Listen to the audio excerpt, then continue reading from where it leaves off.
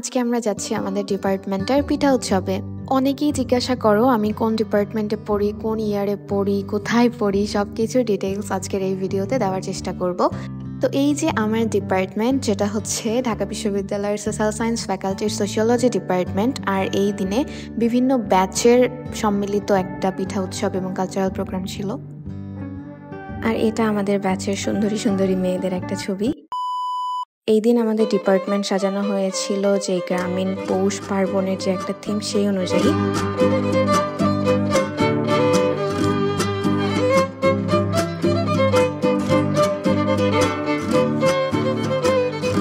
আর একটা গ্রুপ ছবি তো না তুললেই নয়।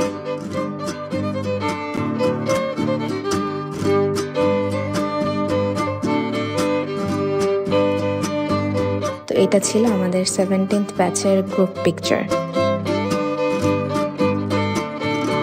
এরপরে আমরা মেয়েরা আলাদা করে ছবি ভিডিও তুলেছিলাম কিছু। এখানে শাড়ির একটা ফ্লিপ করার চেষ্টা করছিলাম আমরা, যেটা পারফেক্টলি আসলে হয়নি।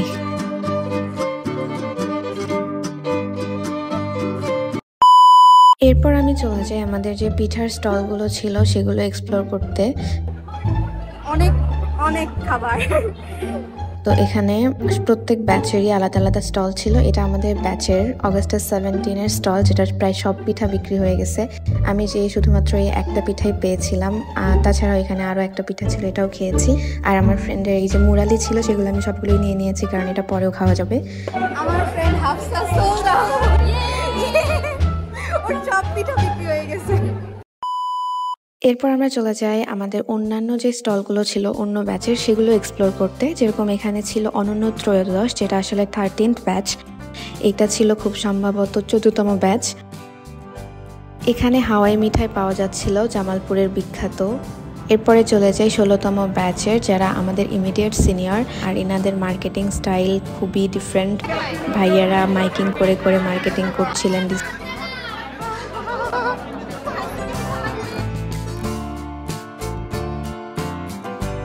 আর এরপরে এটা ছিল আমাদের জুনিয়র হারবিঞ্জার্স 18-এর ব্যাচ। আর এই যে পিঠা খাওয়া হচ্ছে, আমি ফ্রেন্ডদের সাথে অনেকগুলো পিঠা এখানে খেয়েছি বিভিন্ন স্টল থেকে। সবগুলো আসলে ওইভাবে রেকর্ড করা হয়নি, but it was A fun day. এরপর আমরা চলে যাই কালচারাল প্রোগ্রামে। কালচারাল প্রোগ্রাম শুরু হওয়ার আগেই মিউজিক বাজতেছিল, আর এইখানে নাচানাচি শুরু হয়ে গেছিলো অলরেডি আমার ফ্রেন্ডদের মধ্যে। তো এখানে আমরা অনেক উড়াধুরা নাচানাচি করছি।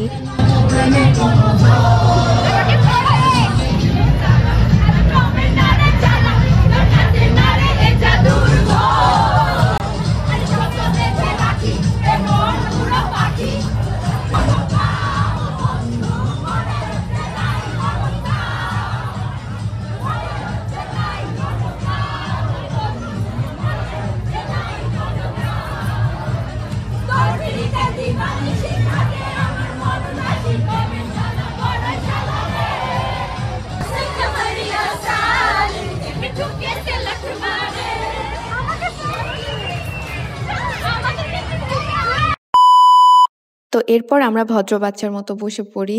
কালচারাল প্রোগ্রাম শুরু হবে, সেই প্রোগ্রামটা এনজয় করার জন্য। এইটাতে মূলত আমাদের ডিপার্টমেন্টেরই সবাই পার্টিসিপেট করেছে। আর ইনি আমাদের ডিপার্টমেন্টের চেয়ারপারসন ফাতেমা রেজিনা ম্যাম। ইনারা আসলে আমাদের ডিপার্টমেন্টের সোশিওলজি, গেমস অ্যান্ড কালচারাল ক্লাবের সভাপতি এবং সহসভাপতি। যাই হোক, এরপরে প্রোগ্রাম শুরু হয়। আর প্রোগ্রামের যারা উপস্থাপনা করেছিল তারা এত সুন্দর উপস্থাপনা করেছে। একজন আমাদের সিনিয়র আর একজন আমাদের জুনিয়র, এবং তারা খুবই সুন্দর উপস্থাপনা করেছে। তো চলো কালচারাল প্রোগ্রামগুলো দেখা যাক।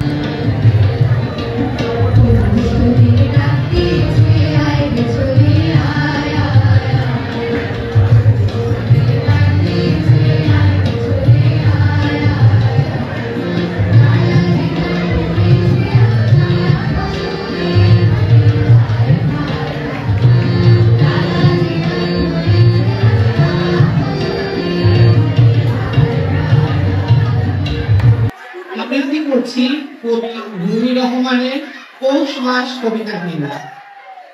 পৌষের লগ্নে ধানের শীষে বিন্দু বিন্দু শিশির জমে, হিমেল হাওয়া হালকা ঠান্ডা, শীত যে এসেছে ঘরে, প্রকৃতি যে আজ শান্ত রূপে নূতনের গান। যদি হতো আমি পাখির মতো